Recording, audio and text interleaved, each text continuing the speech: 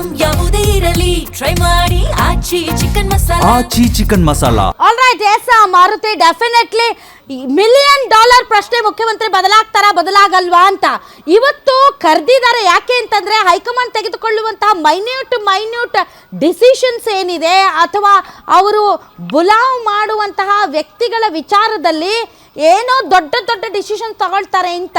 ಹಾಗಾಗಿ ಇವತ್ತು ಸಿದ್ದರಾಮಯ್ಯನವರನ್ನ ಕರೆದಿರೋದು ಯಾಕೆ ಅನ್ನುವಂಥ ವಿಚಾರದಲ್ಲಿ ಬೆಳಗ್ಗೆಯಿಂದಲೂ ಕೂಡ ಇಡೀ ರಾಜ್ಯದ ಜನ ಕಾಯ್ತಾ ಇದ್ರು. ಇಲ್ಲ, ಇದು ಏನೂ ಆಗೋದಿಲ್ವೇನೋ ಅನ್ನುವಂಥ ಸಿಚುವೇಶನ್ ಇತ್ತು. ಎಲ್ಲಿ ಬದಲಾಯಿತು ಅಂದರೆ ನಾವು ಕೂಡ ಟ್ರ್ಯಾಕ್ ಮಾಡ್ತಾ ಇದ್ವಿ. ಸಂಜೆ 7 ಗಂಟೆವರೆಗೂ ಕೂಡ ಈ ಸುದ್ದಿ ಇರಲಿಲ್ಲ. ಬಟ್ 7 ಗಂಟೆಯ ನಂತರ ಈ ಸುದ್ದಿ ಓಡಾಡ್ತಾ ಇದೆ. ಸೊ ಹೆಂಗೆ ಹೊರಗಡೆ ಬಂತು ಈ ಸುದ್ದಿ ಅಂತ?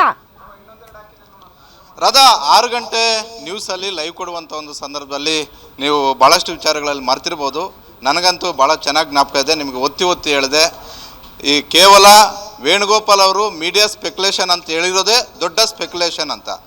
ಗ್ಯಾರಂಟಿ ನ್ಯೂಸ್ ಆ ಕ್ಷಣದಲ್ಲೇ ಹೇಳಿತ್ತು, ದೊಡ್ಡ ಮಟ್ಟದ ಒಂದು ಬೆಳವಣಿಗೆ ಖಂಡಿತವಾಗಿ ಕೂಡ ಆಗೇ ಆಗಿದೆ ಅಂತ. ಇದು ಒಂದು ಕಡೆ ಹೇಳಿದೆ.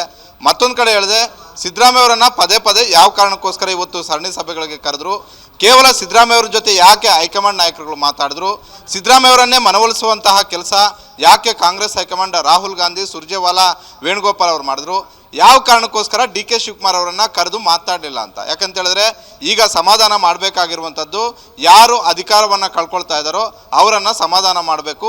ಆ ಕಾರಣಕ್ಕೋಸ್ಕರವೇ ಸಿದ್ದರಾಮಯ್ಯ ಅವರನ್ನು ಪದೇ ಕರೆದು ಇವತ್ತು 2 ಬಾರಿ AICC ಕಚೇರಿಯಲ್ಲಿ ರಾಹುಲ್ ಗಾಂಧಿ, ಸುರ್ಜೇವಾಲಾ, ವೇಣುಗೋಪಾಲ್ ಅವರು ಮಾತುಕತೆ ಆಡಿದ್ರು ಅಂತ ಹೇಳ್ಬಿಟ್ಟು ತಾವು ನನ್ನನ್ನು 6 ಗಂಟೆ ನ್ಯೂಸಲ್ಲಿ ಲೈವ್ಗೆ ತಗೊಂಡಾಗ ಇದನ್ನು ಸುದೀರ್ಘವಾಗಿ ಹೇಳ್ಕೊಳ್ತಾ ಬಂದೆ.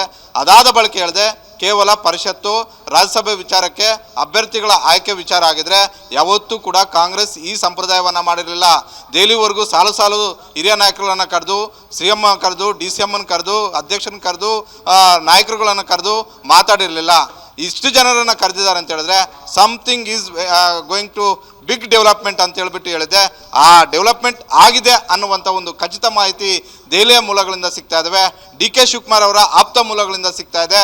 ಸಿದ್ದರಾಮಯ್ಯ ಅವರನ್ನು ಬದಲಾವಣೆ ಮಾಡೋದಕ್ಕೆ ಕಾಂಗ್ರೆಸ್ ಹೈಕಮಾಂಡ್ ನಿರ್ಧಾರ ಮಾಡಿದೆ. ಅಂದರೆ ಅವರನ್ನು ಅಗೌರವಿತವಾಗಿ ನಡೆಸ್ಕೊಳ್ಬೇಕು ಅಂತ ನಿರ್ಧಾರ ಮಾಡಿಲ್ಲ. ಅವರನ್ನು ಗೌರವಿತವಾಗಿ CM ಸ್ಥಾನದಿಂದ ಕೆಳಗಿಳಿಸಿ ರಾಷ್ಟ್ರ ರಾಜಕಾರಣಕ್ಕೆ ನೀವು ಬರಲೇಬೇಕು ಅನ್ನುವಂಥ ಒಂದು ಒತ್ತಾಯವನ್ನು ರಾಹುಲ್ ಗಾಂಧಿ ಅವರು ಸಿದ್ದರಾಮಯ್ಯ ಅವರ ಮುಂದೆ ಹೇಳಿದ್ದಾರೆ.